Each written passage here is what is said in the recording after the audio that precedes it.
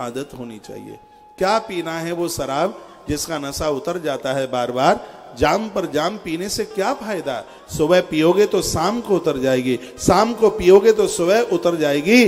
क्यों नहीं पी लेते हो भगवान के नाम की प्यालियां? जिंदगी सुधर जाएगी, जीवन सुधर जाएगा, जिंदगी सुधर जाएगी। तो इसके बिना बिल्कुल मत रहिए। बड़े बच्चे आपके जवान हो गए हैं, बच्चों के बच्चे भी बड़े हो गए हैं, और इन बच्चों को पहलवान करना चाहते हो, स्वयं में महान बनना चाहते हो, तो ये गुण जीवन में उतार लीजिए। भगवान की कथाओं के बिना कानों को ये खुराक दिए बिना मत रहिए। ये कथाएं कानों की खुराक है, कानों का भोजन है।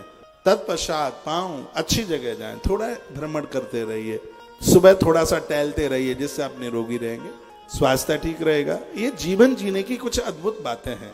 आधा घंटा सुबह से आप घूम लेते हैं तो थायराइड नहीं बढ़ता, डायबिटीज नहीं बढ़ती, ब्लड प्रेशर नहीं बढ़ता। सुबह का घूमना, और जहां ओस पड़ गई है दुर्वा के ऊपर और देशी मुल्क की देसी घास मिल जाए, फिर तो बातें ही क्या है, आनंद हो जाएगा। मोतियाबिंद नहीं होगा आंख में, आंखों का ऑपरेशन नहीं होगा।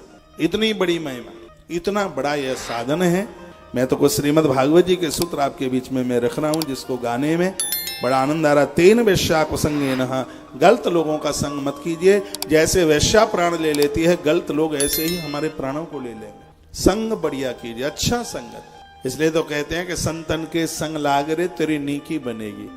संतन के संग लाग रे तेरी नीकी बनेगी, नीकी बनेगी तेरी किस्मत जगेगी, नीकी बनेगी तेरी किस्मत जगेगी।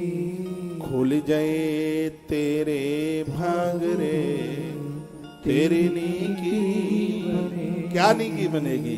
कौआ से तोए हंस बनावे, कागा से तोए हंस बनावे, हंस बनावे तोए निर्मल करावे, हंस बनावे तोए निर्मल करावे।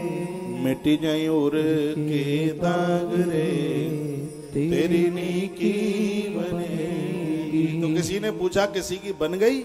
हाँ बनी। ध्रुव की बन गई, प्रहलाद की बन गई, ध्रुव जी की बन गई, प्रहलाद की बन गई। ध्रुव जी की बनी, प्रहलाद जी की भी बन जाएगी, तेरी भी बन जाएगी। कैसे? कहा गया है हरि के गुण गाओगे, बिल्कुल जिंदगी बन जाएगी, सुधर जाएगी। तो अपनी नियति में, अपनी आदत में रख लीजिए, सुबह ही सुबह वाणी को, जिह्वा को खुराक मिलनी चाहिए।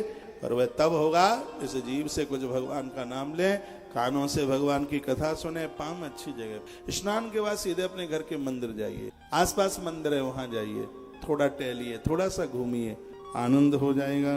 हिंसा का शस्त्रधारी, अरे हाथ में शस्त्र नहीं, हाथ में शास्त्र रखिए, उनका स्वाध्याय कीजिए तो बहुत आनंद हो जाएगा।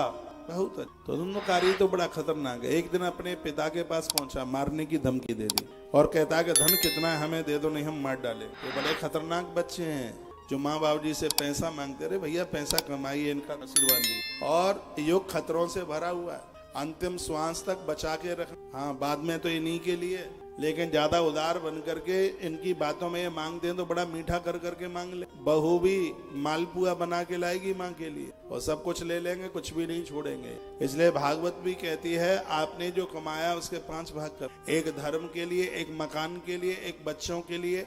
और इसमें से एक बड़ी अद्भुत बात कही है, बुढ़ापे में जिससे तुम्हारे पास कुछ आता रहे, एक ऐसी भी व्यवस्था कर लीजिए। एक भाग अपनी वृद्धा अवस्था के लिए, बुढ़ापे के लिए। वृद्धावस्था में किसके सामने हाथ फैलाएंगे? वो गांवों की कहावत है कि बगल में टोसा तो फिर किसका भरोसा। सौमती अमावस्या पड़ेगी, दान पुण्य करने का मन करेगा, किससे आप मांगेंगे? जीवन भर आपने नौकरी करी, मेहनत करी है, और बाद में बिल्कुल मुंह चिता बन जाए, दूसरों को देखते रहे। तो भगवान शुकदेव ने कहा कि एक हिस्सा, एक भाग अपनी वृद्धावस्था के लिए बचा के रखना। वो तो कहते हैं भले ही बच्चे कितने भी लागे, कितना भी आपको देते हैं, तो भी बुढ़ापे में थोड़े अर्थ की जरूरत है, थोड़े पैसे की जरूरत है। जितनी भगवान की अर्थ को भी तो चारों ही पुरुषार्थों में लिया गया है। मैं आपको भड़का नहीं रहा हूं, मैं आपको निवेदन करूंगा, जिनको लाख लाख रुपया सैलरी मिलती थी और वो भी फिर बाद में इतने दुखित हो गए, परेशान हो गए परिवार की तरफ से, तो ऐसा बिल्कुल भी ना करें।